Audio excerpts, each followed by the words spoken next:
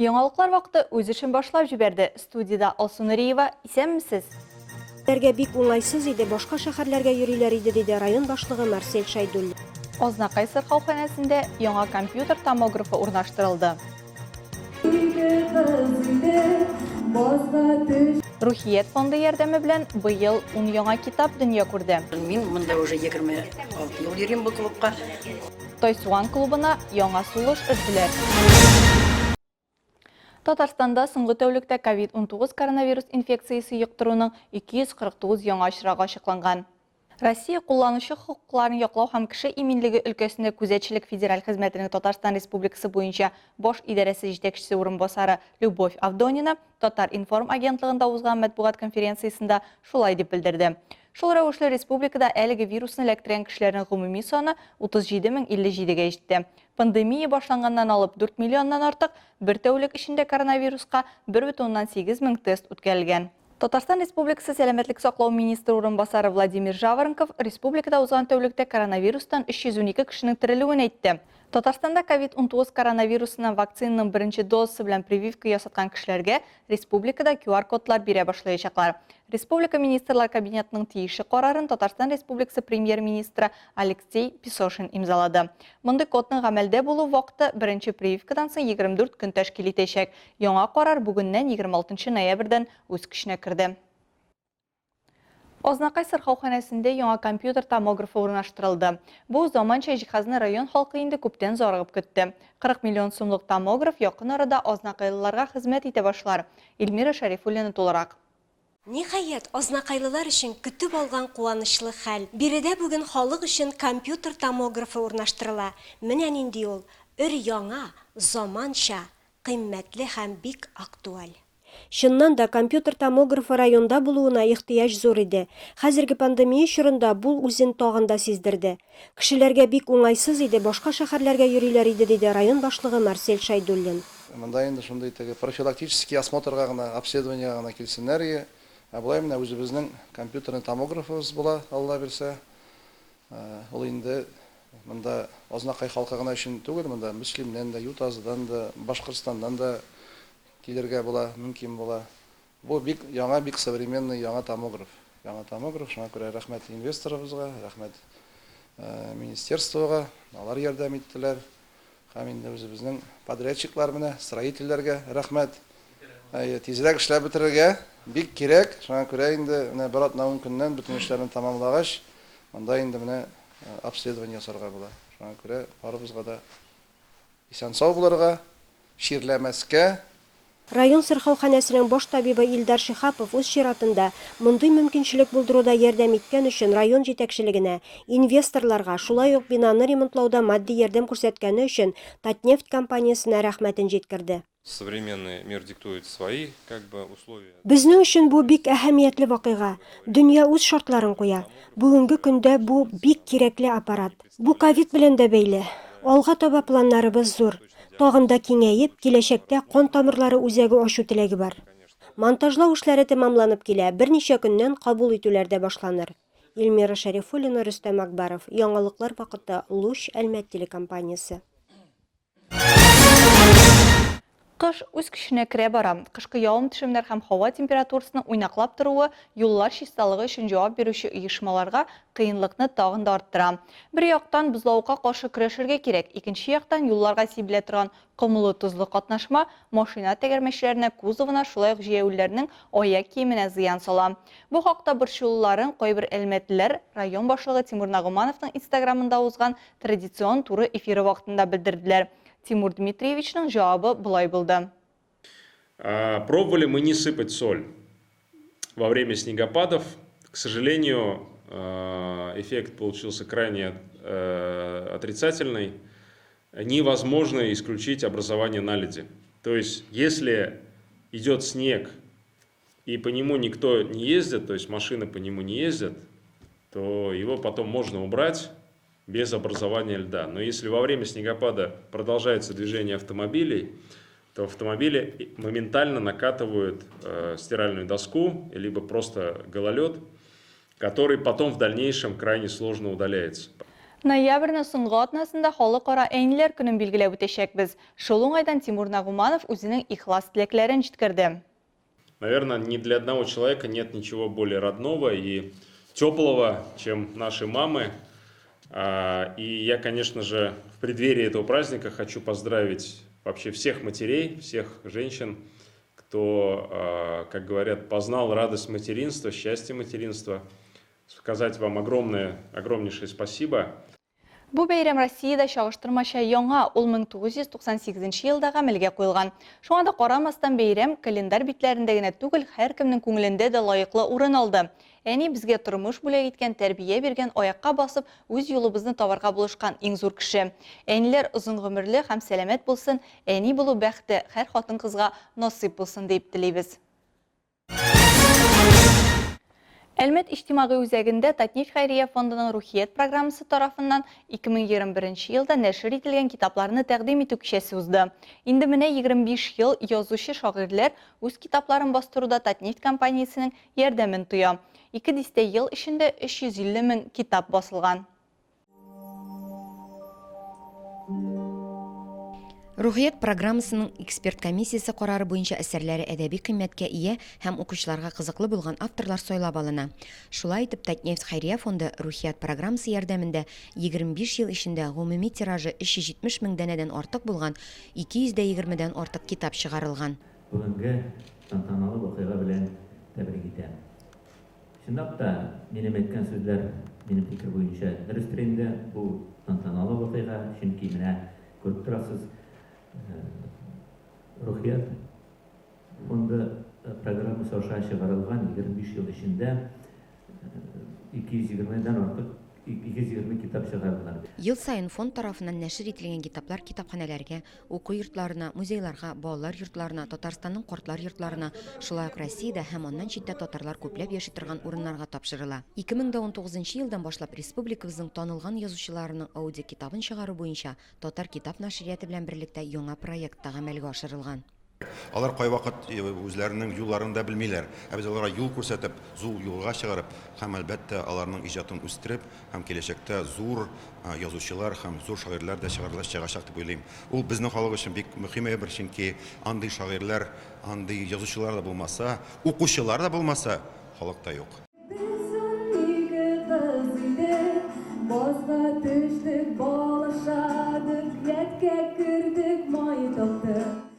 Беренче тапкыр 19 гасырның танылган мәгърифәтчесе Ризаэддин Фәхретдин насихатлары рус һәм татар телендә басылып чыга. Аның китапларын кабаттан бастыру эше 1997 елда башлана. Шул дәвер эчендә нефтьчеләр ярдәме белән авторның 13 китабы дөнья күрә. Сегодня, можно сказать, сбылась моя мечта.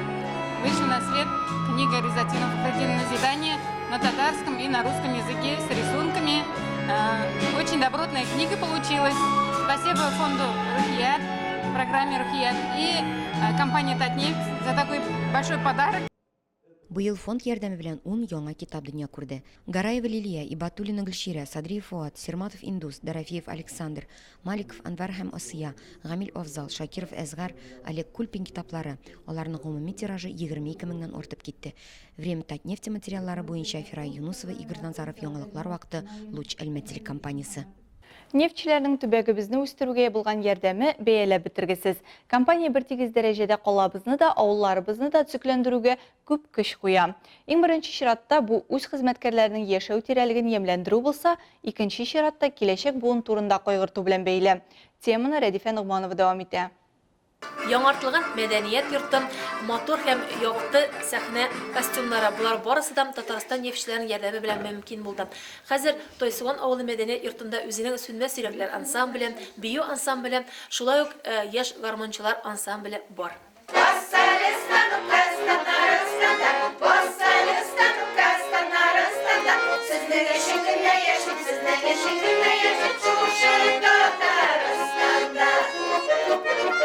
Әлегә күркәм апаларга карагач бер генә дә әби дип әйтергә тел әйләнми. Йөзләреннән нур, басуларының щетка сибелә торган ханымнар үзләренең бүгенге халәтен җырлап йөргәнгә күрә шулай диләр. Хәлимә апа Спиридонова араларында иң өлкәне Тойсуган мәдәният йорты каршында оешкан ансамбльдә инде 25 ел җырлап йөри. Менә мин шушында килем, Мен мында булып кайтам, минем уже настроением яшьләрнеке.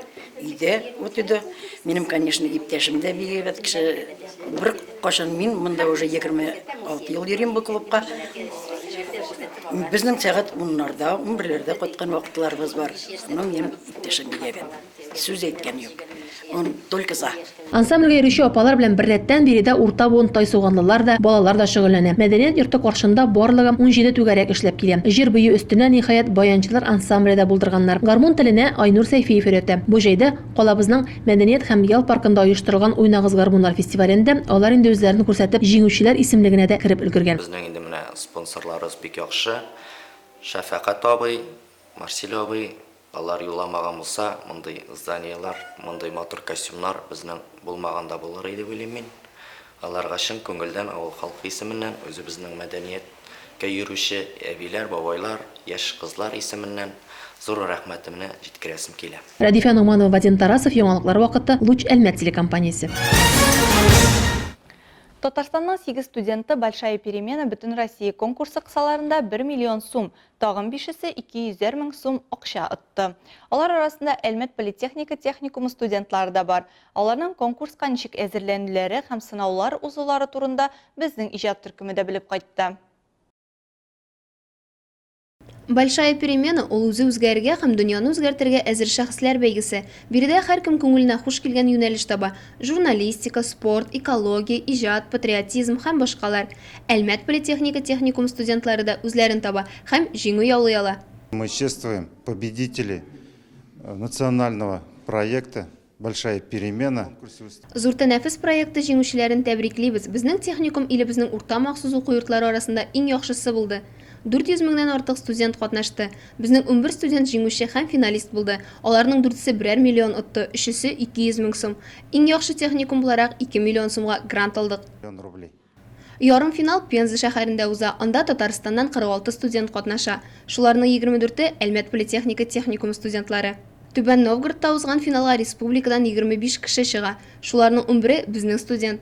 Финал нәтиҗәләре буенча политехник техникумның 7 студенты акчалата призлар, ярым финал һәм финалның барлык катнашучылары Россиянең тарихи урыннарына юлламалар рәвешендә призлар ала. Это все начиналось в марте, были заочные этапы, они включали в себя кейс. Март этабын читтән торып үттек. Анда кейс биремнәре, иҗади проектлар бар иде. Әгәр миңа ярым финалга узам дисәләр, ышанмаган булыр идем. Бу мөмкин түгел кебек тоела, чөнки конкурс масштаблы, ил күләм, ә син миллион, миллиардтан бер. Әгәр максатың җиңү түгел, нәтиҗә булса, күрсәткечләр яхшырак була. И было сложно поверить в то, что ты можешь пройти дальше. Я хотел сказать спасибо нашему техникуму за то, что они дали фундаментальные знания нам, которые помогли выиграть в этом конкурсе. Безнең техникумга бу конкурста җиңәргә булышкан нигезле белем биргәннәр өчен рәхмәт әйтәсем килә. Безнең җиңү техникумда оештыру процессының күрсәткече. Шулай ук барыбызны да әлеге конкурска әзерләгән укытучы Людмила Викторовнаны да билгеләп үтәсем килә. Аның тырышлыгын үзегез дә күрәсез. Ну, это не прошло зря, и результат вы видите сами. Политехник техникум студентлары конкурсларда беренче тапкыр гына катнашмый. Күптән түгел алар WorldSkills хәрәкәтенең 23 компетенциясе буенча җиңүче булды. Көн саен әзерләнү Татнефть компаниясе ярдәме яшь талантларга менә дигән старт бирә. Лина Хәсәншина, Милена Валеева, Айдар Кәбиров, яңалыклар вакыты, Луч Әлмәт телекомпаниясе. 2021 елның 1 сентябреннән яшьләр арасында мәдәни чараларны популярлаштыру максатыннан Пушкин картасын гамәлгә кертеләр. Дәүләт ярдәме белән чыгарылган Пушкин картасына билгеле бер сума салынган. Ул 14 яшьтән 22 яшькә кадәр булган Россия гражданинына бирелә. Әлеге карта белән музей, театр, концерт заллары, филармония, консерватория һәм башка мәдәни чараларга барырга мөмкинлек бар. Яшьләрнең мәдәни чараларга йөрергә мөмкинлекләре булмау сәбәпле еш кына яшьләр мәдәнияткә кызыксыну югалта дип ишетәбез. Әмма өлешчә бу билет бәясе белән бәйле. Пушкин картасы яшьләргә максатчан матди ярдәм күрсәтү өчен чыгарылды. Татарстан Пушкин картасы буенча билетлар сату буенча лидер төбәкләр исемлегенә керде. Бу хакта Россия Федерациясе президенты Владимир Путин хөкүмәт әгъзалары белән узган киңәшмәдә премьер-министр Михаил Мишустин хәбәр итте. 22 ноябрьгә Татарстанда 207 учреждение теркәлгән. Шул исәптән 43 дәүләт, 150 муниципаль, 11 шәхси, 3 коммерцияле булмаган оешма. Барлыгы 2438 вакыйга урнаштырылган. Бүген Әлмәт муниципаль районында Пушкин картасы программасы буенча 11 учреждение теркәлгән. 170 вакыйга урнаштырылган. Программа фән буенча туган якны өйрәнү музее, картиналар галереясы, Нефтче мәдәният сарае, Әлмәт иҗтимагый үзәге, үзәк китапханәләр системасы, Әлмәт драма театры, Сфера планетария, яшүсмер һәм балалар, яшүсмерләр иҗаты үзәге, Әлмәт милли мәдәни үзәге, Әлмәт политехника техникумы үз хезмәтләрен тәкъдим итә. Чаралар афишасын дәүләт хезмәтләре мәдәният кушымтасында күрергә мөмкин. Менә шушы гамәл эшендә 13 спектакльбез бар дип әйтергә кирәк. Һәм инде сентябрь аеннан без бу эшне башлап җибәрдек. Октябрь аенда репертуарны күзәтеп барырга кирәк. Кичке спектакльләр, алар махсус Пушкин картасы значогы барында, шуның тамгасы бар, без аны алуга ирештек. Әлмәт районы егетләре эш визиты белән Хорватиядә булып кайтты. Ямаш авылы клубы директоры Дмитрий Столяров һәм Габдрахман авылы мәдәният йорты директоры Айдар Газизуллинның Европага сәфәре Татарстанның аграр яшьләр оешмасы составындагы актив эшчәнлеге нәтиҗәсе. Әлмәтләрнең Хорватиядә күргәннәре хакында тулырак чираттагы материалыбызда. Дмитрий Столяров һәм Айдар Газизуллин икесе дә авыл мәдәният йортлары директорлары булып эшли. Дмитрий Ямашта, Айдар Габдрахманда. Аларны уртак эш таныштыра да инде. Икесе дә актив, икесе дә яңа идеяләр уйлап табарга яраталар һәм аларны кыю рәвештә тормышка ашыралар да. Әйтик, Дмитрий Сихерләнгән урман легендалары социаль проекты авторы. Проект төрле грант программалары шул сәптән Татнефть хәйрия фонды гранты хисабына да үсеш ала. Айдар исә үз мисалында татар мәдәниятен һәм туган телне, гореф-гадәтләрне саклау һәм үстерүне пропагандалый. Аларның актив тормыш позициясе икесендә Татарстан Республикасы авыл яшьләре оешмасына китерә. Быел аларның берсе мөмкинлекләр вакыты проекты кысаларында кунакларны кабул итте, ә икенчесе авыл яшьләрен борчыган проблемаларны һәм тәҗрибәне өйрәнү максатыннан республика авылларын йөреп чыкты. Нәтиҗәдә алар икесе дә авыл хуҗалыгы һәм туризмны үстерү тәҗрибәсен өйрәнү өчен Хорватиягә стажировкага барып эләгә. Там иначе построена вся эта работа. Там, допустим, если посещаешь какие-то фермерские хозяйства, они небольшие, на самом деле, невеликие. Там нет таких больших загонов, там и 1000 голов. Фермалар кагыйдә буларак гаиләләрнеке, һәркем үз шөгыле белән шөгыльләнә, традиция буенча әби-бабайларның эшләрен дәвам итә. Һәр йортта диярлек, һәр фермада үз кунак йорты, кафе һәм ресторан бар. Анда ял көне кунак йортлары куллану да бик популяр. Практически, наверное, в каждом таком хозяйстве есть либо ресторан, либо кафе, либо домик, где можно остаться и переночевать там и отдохнуть. Егетләрне гаҗәпләндергәне шул булган биредә айрым йортка илтә торган юлларны да дәүләт үз хисабына сала икән. Шул вакытта кабул иткән якның бездә тормышка ашырыла торган үзара салым программасы хакында сөйләп шаккатырганнар. Татарстан делегациясе төрле өлкәләрнең гаилә фермалары белән танышып, андагы эш алымнарын күреп кайткан.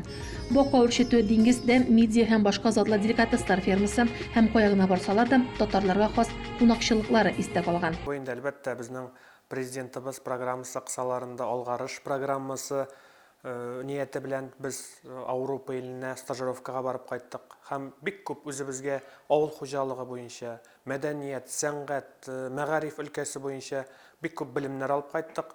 Татарстан егетләре үзләре дә төшеп калганнардан түгел, хуҗаларга алар татар кыстыбы пешереп ашаткан, үзебезнең татар җырларын җырлап, алкышларга күмелгән.